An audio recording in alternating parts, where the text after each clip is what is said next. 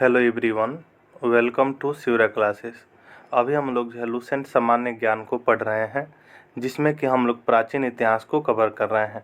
प्राचीन इतिहास से हम लोग अभी तक जो है प्राचीन इतिहास के स्रोत, प्रागैतिहासिक काल, सिंधु सभ्यता, वैदिक सभ्यता, महाजनपदों का उदय एवं जैन धर्म पढ़ चुके हैं। ठीक है, तो आज के इस वीडियो में हम लोग जो है प्राचीन इतिहास से बौद्ध धर्म को पढ़ने वाले हैं। किसको? तो बौद्ध धर्म को पढ़ने वाले हैं। अगर इससे पहले के सारे वीडियो नहीं देखे हुए तो प्लेलिस्ट बना हुआ है लुसेंट ज्वालामुखी सीरीज करके, वहाँ से आप जाकर जरूर देखिएगा। तो चलिए हम लोग शुरू करते हैं बौद्ध धर्म से। बौद्ध धर्म के जो संस्थापक कौन थे? तो बौद्ध धर्म के संस्थापक गौतम बुद्ध थे। इन्हें एशिया का ज्योतिपुंज, लाइट ऑफ एशिया कहा जाता है गौतम बुद्ध को। ठीक है, गौतम बुद्ध का जन्म जो है 563 ईसा पूर्व में कपिल वस्तु के लुम्बिनी नामक स्थान पर हुआ था। गौतम बुद्ध का जन्म जो है कहाँ हुआ था? तो गौतम बुद्ध का जन्म जो है 563 ईसा पूर्व में कपिल वस्तु के लुम्बिनी नामक स्थान पर हुआ था। इनके पिता सुदोधन जो शाक्य गण के मुखिया थे। इनके पिता जो है सुदोधन क्या था? तो शाक्य गण के मुखिया थे। इनकी माता माया देवी की मृत्यु, इनकी माता जो है, इनकी जो माता थी, इनकी माता माया देवी की मृत्यु इनके जन्म के 7वें दिन हो गई थी। तो इनका लालन पालन जो है सौतेली माँ प्रजापति गौतमी ने किए थे। किसने? तो माँ प्रजापति गौतमी ने किए थे। इनके बचपन का नाम जो है क्या था? तो इनके बचपन का नाम जो है सिद्धार्थ था। ठीक है, आइए जो है बुद्ध के जीवन से संबंधित प्रतीक, बौद्ध धर्म के प्रतीक जान लेते हैं। घटना, जन्म के समय जो है प्रतीक क्या था? तो कमल एवं सार। जब गौतम बुद्ध गृह त्याग कर रहे थे तो उस पर प्रतीक क्या था? तो घोड़ा। ज्ञान की प्राप्ति हुई तब पीपल बोधि वृक्ष के नीचे। प्रथम उपदेश दिए तो चक्र। निर्माण को क्या? तो पद चिन्ह। मृत्यु को क्या? तो स्तूप चिन्ह है। ठीक है, इस लोग को आप लोग याद रखिएगा।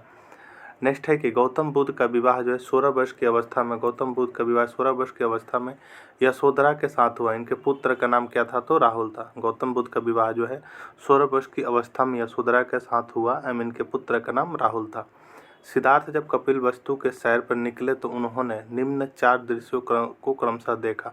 कौन कौन से 4 क्रमशः दृश्यों को देखा? तो फर्स्ट देखे बूढ़ा व्यक्ति, दूसरा एक बीमार व्यक्ति, तीसरा शव एवं चौथा देखे एक सन्यासी। ठीक है, सांसारिक समस्याओं से व्यथित होकर जो है सिद्धार्थ यानी गौतम बुद्ध ने जो है 29 वर्ष की अवस्था में गृह त्याग किए, जिसमें बौद्ध धर्म को विनिष्क्रमण कहा गया। गौतम बुद्ध ने कितने वर्ष की अवस्था में गृह को त्याग किया यानी घर को त्याग किया? तो 29 वर्ष की अवस्था में, जिसे बौद्ध धर्म में क्या कहा? जिसे बौद्ध धर्म में जो है महाविनिष्क्रमण कहा गया है। गृह त्याग करने के बाद सिद्धार्थ यानी बुद्ध ने जो है वैशाली के अलार कलाम से सांख्य दर्शन की शिक्षा ग्रहण की है। गृह त्याग करने के बाद से गौतम बुद्ध ने क्या? तो वैशाली के अलार कलाम से जो है सांख्य दर्शन की शिक्षा ग्रहण की। अलार कलाम सिद्धार्थ के प्रथम गुरु हुए, जिससे उन्होंने शून्य का ज्ञान का प्राप्त किया। ठीक है, अलार कलाम के बाद सिद्धार्थ ने जो है राजगीर के रुद्र करामपुत से जो है शिक्षा ग्रहण की, जिससे उन्होंने योग का ज्ञान प्राप्त हुआ। किसे? तो योग का ज्ञान प्राप्त हुआ। किसे? तो रुद्र करामपुत से। ठीक है, नेक्स्ट एक उरुवेला में जो सिद्धार्थ को कौंडिन्य, उरुवेला में जो सिद्धार्थ को जो है कौंडिन्य, बपा, भादिया, महानामा एवं 80 नामक 5 साधक मिले। बिना अन्न जन ग्रहण किए जो है 6 वर्ष की कठिन तपस्या के बाद 35 वर्ष की आयु में जो है बैसाख की पूर्णिमा की रात निरंजना नदी यानी फल्गु नदी के किनारे पीपल वृक्ष के नीचे सिद्धार्थ को ज्ञान की प्राप्ति हुई। कब? तो 6 वर्ष के बाद यानी 35 वर्ष की आयु में। कहाँ? तो निरंजना नदी यानी फल्गु नदी के किनारे जो है फल्गु नदी के किनारे पीपल वृक्ष के नीचे सिद्धार्थ की ज्ञान की प्राप्ति हुई। ज्ञान प्राप्ति के बाद सिद्धार्थ ने जो बुद्ध के नाम से जाने गए, ज्ञान की प्राप्ति के बाद से जो है सिद्धार्थ जो है बुद्ध के नाम से जाने गए, वह स्थान क्या? तो वह स्थान जो है बोध गया कहलाया। बुद्ध ने जो है अपना प्रथम उपदेश सारनाथ यानी ऋषिपत्नम में दिया, जिसे बौद्ध ग्रंथों में धर्म चक्र प्रवर्तन कहा गया। जैसे बौद्ध धर्म में क्या? तो धर्म चक्र प्रवर्तन कहा गया है। बुद्ध ने जो अपने उपदेश जन साधारण की भाषा पाली में दिए थे। बुद्ध ने जो अपने उपदेश किस भाषा में दिए थे? जन साधारण की भाषा पाली में दिए थे। आप लोग इसको याद रखिएगा। बुद्ध ने अपने उपदेश कौशल, वैशाली, कौशाम्बी एवं अन्य राज्यों में दिए। सर्वाधिक उपदेश कौशल देश की राजधानी श्रावस्ती में दिए हैं। ठीक है, इनके प्रमुख अनुयायी शासक थे बिंबिसार जो थे, प्रसेनजित एवं उदयन।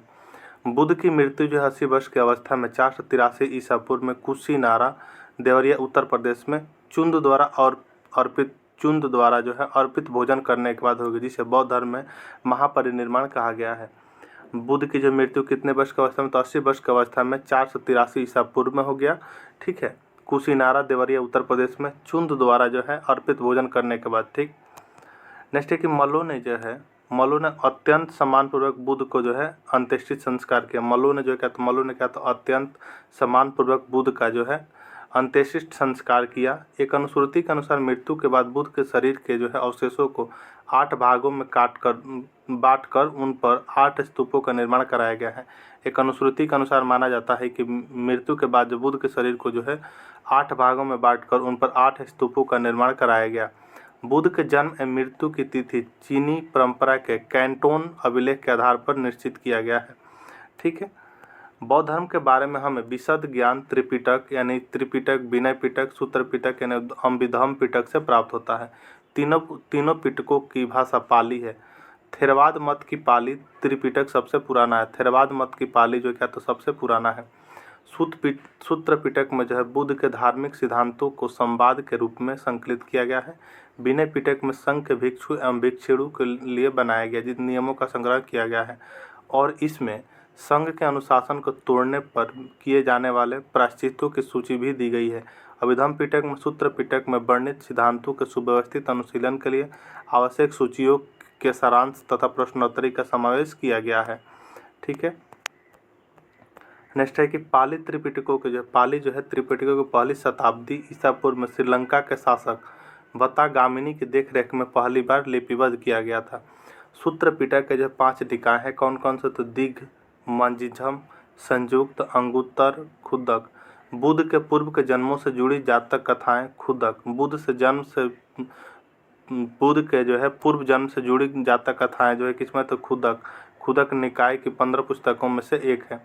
खुदक निकाय में धम्मपद यानी नैतिक उपदेशों का पदार्थात्मक संकलन, थेर गाथा जो है बौद्ध भिक्षुओं की गीत और थेरी गाथा बौद्ध भिक्षुओं की गीत है। ठीक है, बौद्ध धर्म जो मूलतः अनिश्वरवादी है, इसमें आत्मा की परिकल्पना भी नहीं है। बौद्ध धर्म क्या है, तो मूलतः जो है अनिश्वरवादी है, इसमें आत्मा की परिकल्पना नहीं है। बौद्ध धर्म में पुनर्जन्म की मान्यता है। बौद्ध धर्म में क्या है, तो पुनर्जन्म की मान्यता है। त्रिशा को क्षीण हो जाने की अवस्था को बुद्ध ने ही निर्माण कहा है। त्रिशा को क्षीण हो जाने की अवस्था को बुद्ध ने क्या कहा है, तो निर्माण कहा है। विश्व जो है दुखों से भरा है, एक सिद्धांत बुद्ध ने उपनिषद से लिया। विश्व जो है दुखों से भरा है का सिद्धांत बुद्ध ने कहा था, तो उपनिषद से लिया। बुद्ध के जो है अनुयायी को 2 भागों में विभाजित थे। कौन, तो भिक्षुक जो है कि बौद्ध धर्म के प्रचार के लिए जिन्होंने संन्यास ग्रहण किया उन्हें भिक्षु कहा गया। एक थे उपासक जो गृहस्थ जीवन व्यतीत करते हुए बौद्ध धर्म अपनाने वाले को उपासक कहा गया।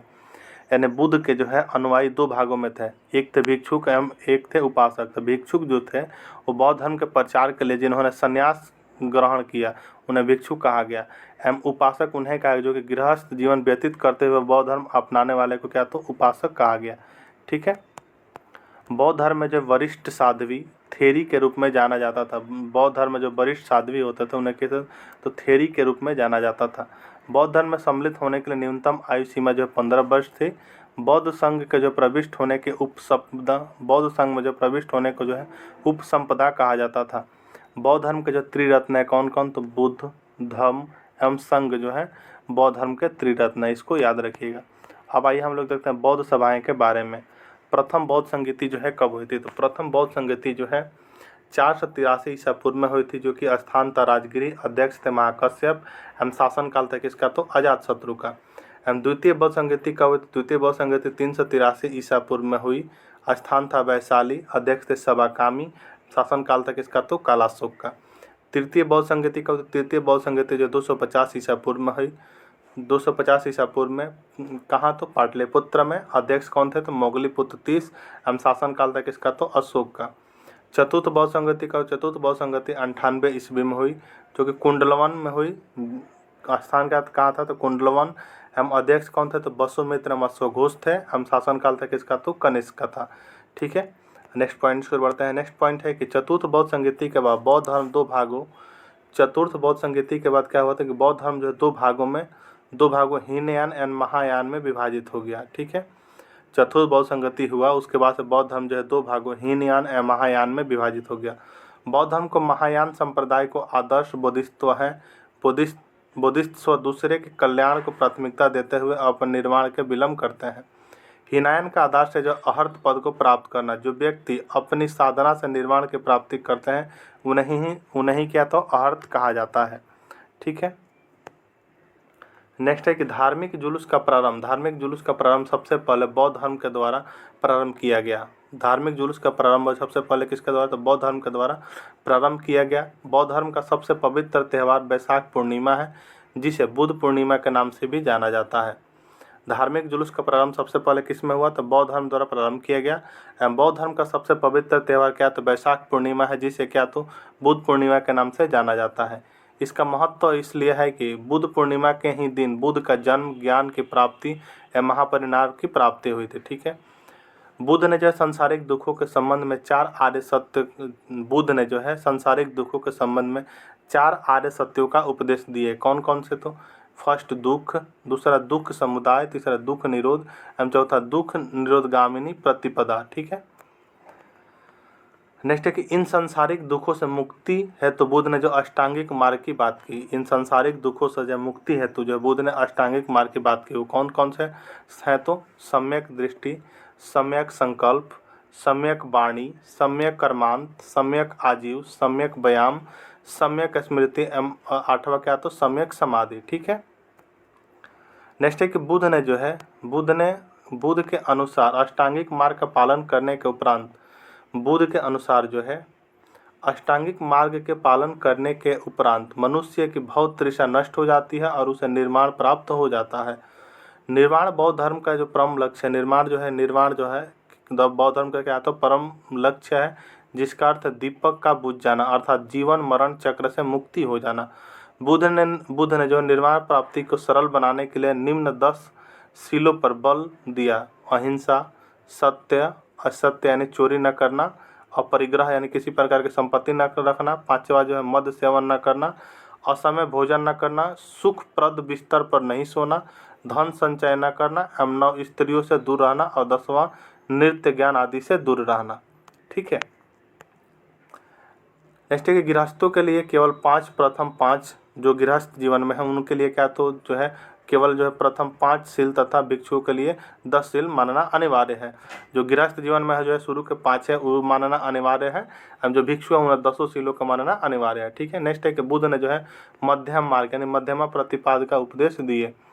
अनिश्वरवाद के संबंध में जो अनिश्वरवाद के संबंध में जो है बौद्ध धर्म एवं जैन धर्म की समानता है।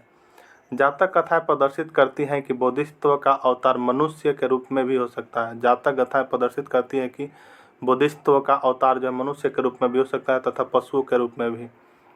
बोधिसत्व के रूप में जो पुनर्जन्मों की दीर्घ श्रृंखला के अंतर्गत बुद्ध ने शाक्य मुनि के रूप में अपना अंतिम जन्म प्राप्त किया, किंतु इसके उपरांत मैत्रेय तथा अन्य अनाम बुद्ध ने अपनी अवतरित होने शेष है। सर्वाधिक बुद्ध मूर्तियों का निर्माण गंधार शैली में किया गया। सर्वाधिक बुद्ध मूर्तियों का निर्माण जो है कौन सी शैली में किया गया? तो गंधार शैली में किया गया है। लेकिन बुद्ध की प्रथम मूर्ति संभवतः मथुरा कला में बनी थी। तिब्बत, भूटान एवं पड़ोसी देशों में बौद्ध धर्म का प्रचार पद संभव यानी गुरु रिनपाच ने किया। इनका संबंध बौद्ध धर्म के ब्रजयायन शाखा से था। इनकी 123 फीट ऊंची मूर्ति हिमाचल प्रदेश के रेवालसर झील में है। भारत में उपासना की जाने वाली प्रथम मूर्ति संभवतः बुद्ध की थी। स्तूप वैदिक काल से भारत में प्रचलित सावधान टीले थे, जिसमें मृतकों के अवशेष और राख को रखा जाता था। अशोक के शासनकाल में स्तूप वाला कला अपने चरमोत्कर्ष पर पहुंच गई। उसने अपने राज्य काल के दौरान जो लगभग 84,000 स्तूप बनवाए। अब आइए हम लोग भारत के महत्वपूर्ण बौद्ध मठ के बारे में। टाबो मठ जो है कहाँ? तो टाबो मठ जो है तबो गांव स्पीति घाटी में स्थित है स्थान। ठीक है। राज्य हिमाचल प्रदेश। नागमाल्य मठ कहाँ? तो धर्मशाला, राज्य हिमाचल प्रदेश। हेमिस मठ कहाँ? तो लद्दाख, राज्य लद्दाख। थिक्से मठ कहाँ? तो लद्दाख एवं राज्य कौन से? तो लद्दाख। सासुर मठ कहाँ? तो लाहौल स्पीति, राज्य हिमाचल प्रदेश। मिड्रलिंगी मठ कहाँ? तो देहरादून, राज्य उत्तराखंड। रुमटेक मठ कहाँ? तो गंगटोक, राज्य सिक्किम। तवांग मठ अरुणाचल प्रदेश, राज्य अरुणाचल प्रदेश। नाम डार्लिंग मठ मैसूर राज्य कर्नाटक, बोधिमंडा मठ बोधगया राज्य बिहार। ठीक है। वैदिक परंपरा से प्रेरित बौद्धों द्वारा लोकप्रिय बनाया गया। बुद्ध के मृत्यु के बाद बुद्ध के शरीर के अवशेषों को 8 भागों में विभाजित कर स्तूपों को नीचे रखे गए थे। स्तूपों को जो है 5 श्रेणियों में वर्गीकृत किया गया था। अवशेष स्तूप, जिसमें बुद्ध और अन्य धार्मिक व्यक्तियों का अवशेष रखा गया, जिसे सांची का स्तूप। जैसे कि स्तूपों को 5 श्रेणियों में वर्गीकृत किया जा सकता है, जैसे कि अवशेष स्तूप जिसमें बुद्ध और अन्य धार्मिक व्यक्तियों के अवशेष रखा गया, जैसे कि सांची का स्तूप है। ठीक है।